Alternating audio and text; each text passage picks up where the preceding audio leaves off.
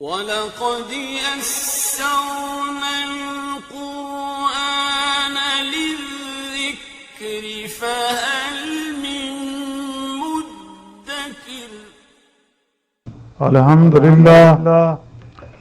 لله وكفى وسلام على عباد الذين اصطفى ما بعد فأعوذ بالله من الشيطان الرجيم بسم الله الرحمن الرحيم فأصبح بالمدينة خائفا يترقب فإذا الذي استنصره بالأمس يستصرخه قال له موسى إنك لغوي مبين.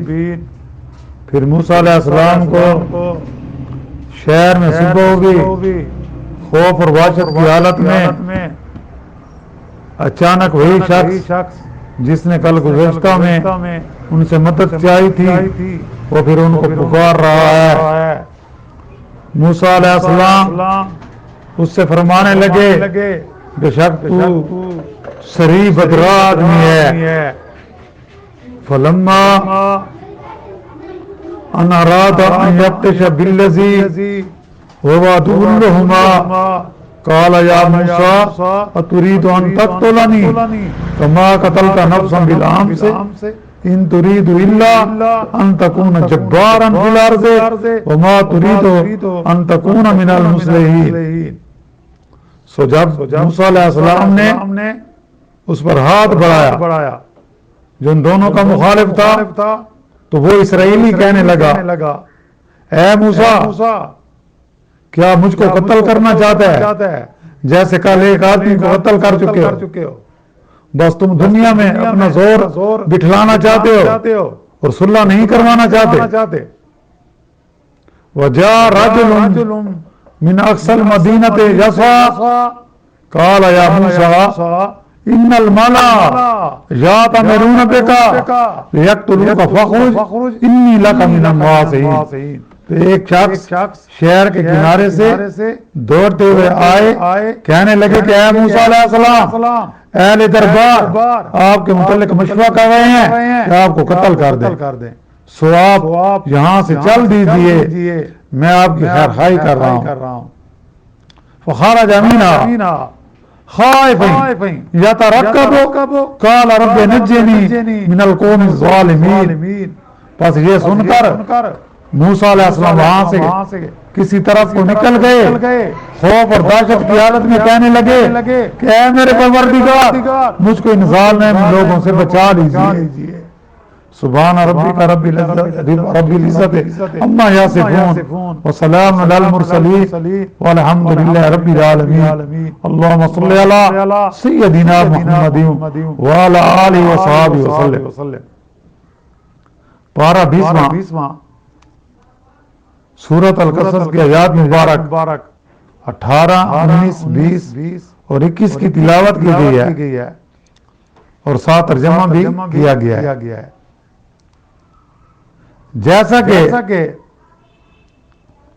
گزشتہ آیات میں یہ بیان ہوا تھا کہ مصری اور اسرائیلی کے جھگڑے میں جس مصری کی زیادتی تھی حضرت موسیٰ علیہ السلام نے تادیباً تنبیہ کی غرض سے ایک گھونسا اس مصری کو رسید کیا اور اتفاق کے امر کہ وہ گھونسا لگتے ہی مر گیا،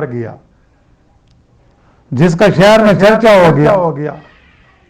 فرعون تک شکایت پہنچی جس نے قاتل کا پتہ لگانے کا حکم دے دیا.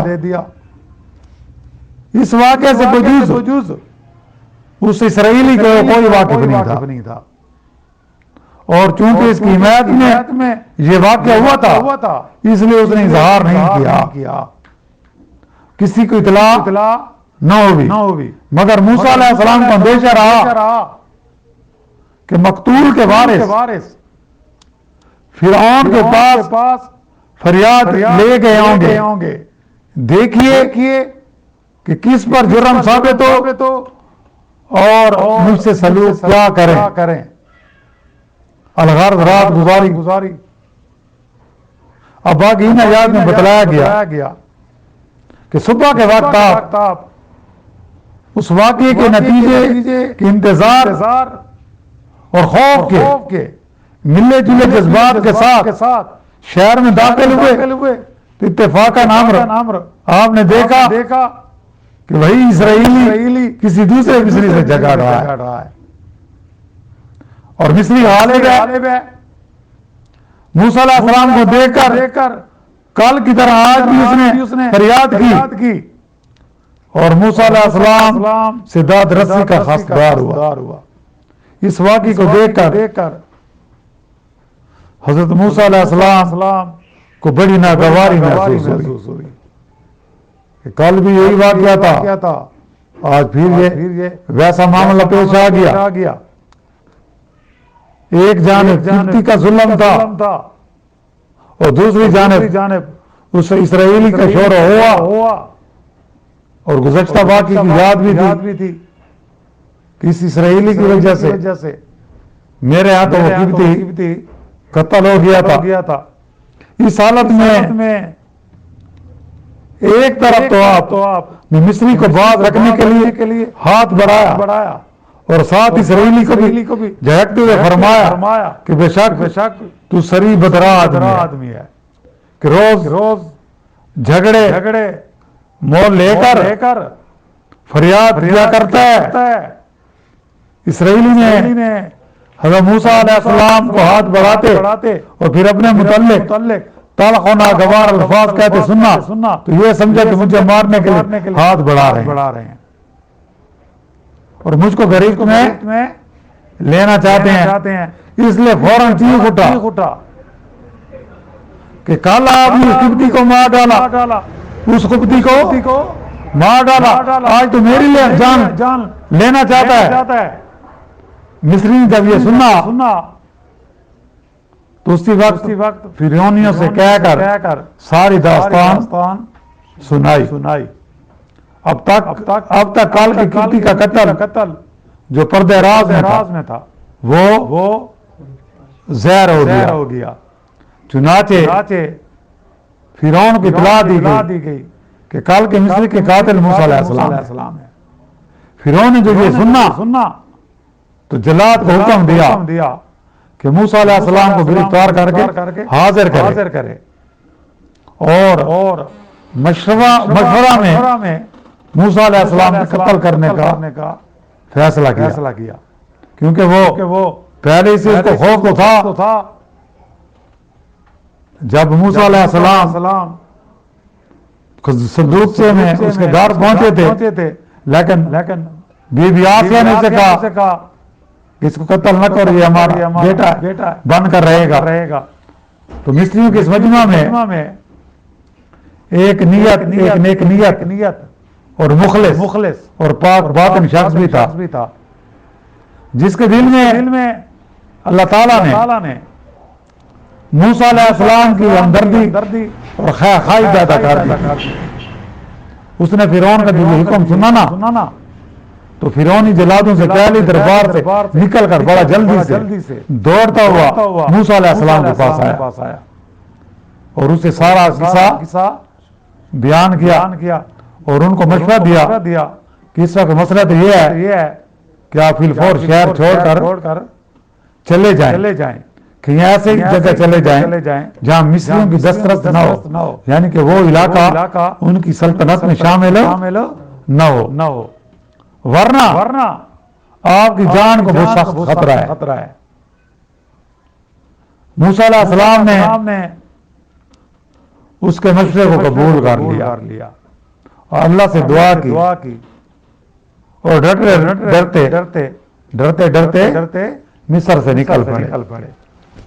حضرت موسیٰ علیہ السلام اب جب مصر سے نکلے تو راستے سے ناواقف تھے، کبھی دربار سے بیر یا مصر کے شہر سے بیر تو گئے نہیں تھے۔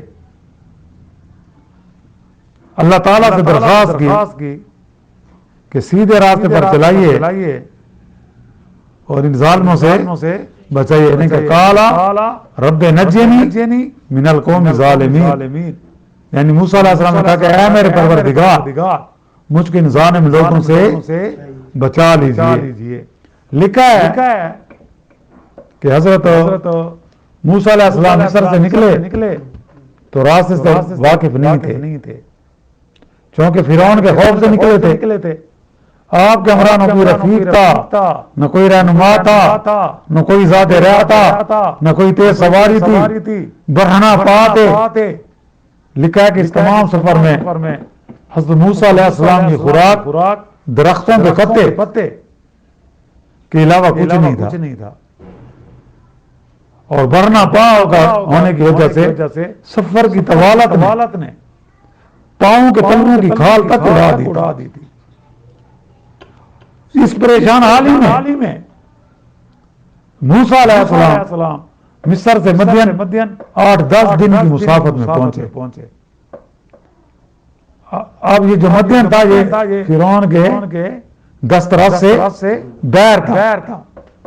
اب جب مدین کی سرزمین میں پہنچے تو وہاں کیا حالات واقع پیش آئے؟ جب آپ پہنچے ایک جگہ درخت کے نیچے آرام کر رہے تھے، تو پھر اس کے آگے جو ان واقعات پیش آئے ان کا انشاءاللہ ان کا ذکر آئندہ دروس میں ہوگا۔ وآخر دعوانا ان الحمدللہ رب العالمین۔ اللہم ربنا آتنا فی الدنیا حسنۃ وفی الآخرۃ حسنۃ وقنا عذاب النار وادخلنا الجنۃ مع الابرار یا عزیز یا غفار یا رب العالمین۔ ربنا لا تؤاخذنا ان نسینا واخطأنا ربنا ولا تحمل علينا إصرا كما حملته على الذين من قبلنا ربنا